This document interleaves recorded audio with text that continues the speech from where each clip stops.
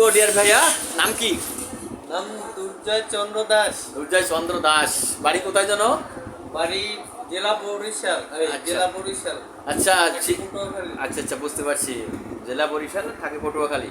আচ্ছা, ওই যে বাপ্পারাজের প্রেমের সমাধি সিনেমাটা দেখা হয়েছে কি?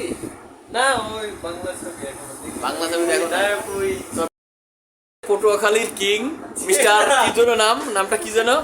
হ্যাঁ, নাম কি? হ্যাঁ, না। ভাই নাম বলতে থাকো, সমস্যা কি? এত লজ্জা কিছু? আরে বলে ফেলো, সমস্যা নাই।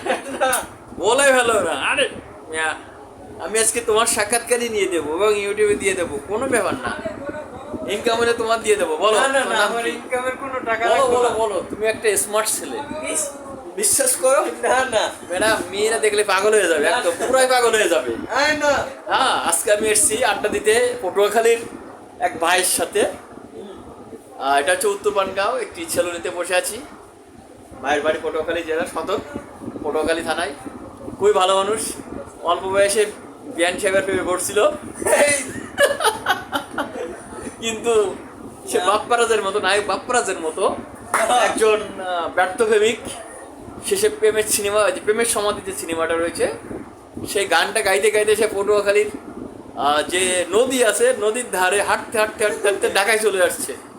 এসে ঢাকার পানগাঁয়ের কাদিরগাঁও কাজী মার্কেটে বসে এখন ছেলুনির দোকানে বসে ছেলুনির কাজ করে। ছেলেটির অনেক আফসোস, জি। এখন সে রাতে ঘুমাতে পারে না। অনেক দুঃখ তার মনে। এই দুঃখটা দূর করার জন্য আমি তার সাথে সামান্যটা সময়, কিছুটা সময় স্পেন্ড করতে এসেছি। তাকে 5টা মিনিট থাকলেও 5টা মিনিট কি বলে খুশিতে রাখতে চাচ্ছি, সে খুশিতে থাকবে। তো ডিয়ার ভাইয়া, নাম কি? নাম দুর্জয় চন্দ্র দাস। দুর্জয় চন্দ্র দাস। বাড়ি কোথায় জানো? বাড়ি জেলা বরিশাল। আচ্ছা। জেলা বরিশাল। আচ্ছা পটুয়াখালী। আচ্ছা, বুঝতে পারছি। জেলা বরিশাল, থাকে পটুয়াখালী। আচ্ছা, ওই যে বাপ্পারাজের প্রেমের সমাধি সিনেমাটা দেখা হয়েছে কি?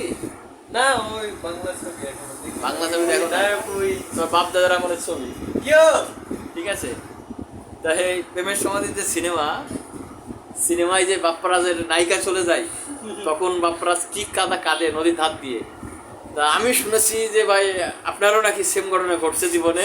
আরে না, এখন যেও না, হ্যাঁ না। এখন আপনারও কি সেম ঘটনা ঘটছে শুনলাম? হ্যাঁ, সাথে আরেক ভাই আসছে, এই যে আরো এক ভাইকে পাওয়া গেল। এই ভাইয়েরও হেনা চলে গেছে। এই যে এই যে এই যে আমাদের বড় ভাই, মানুষ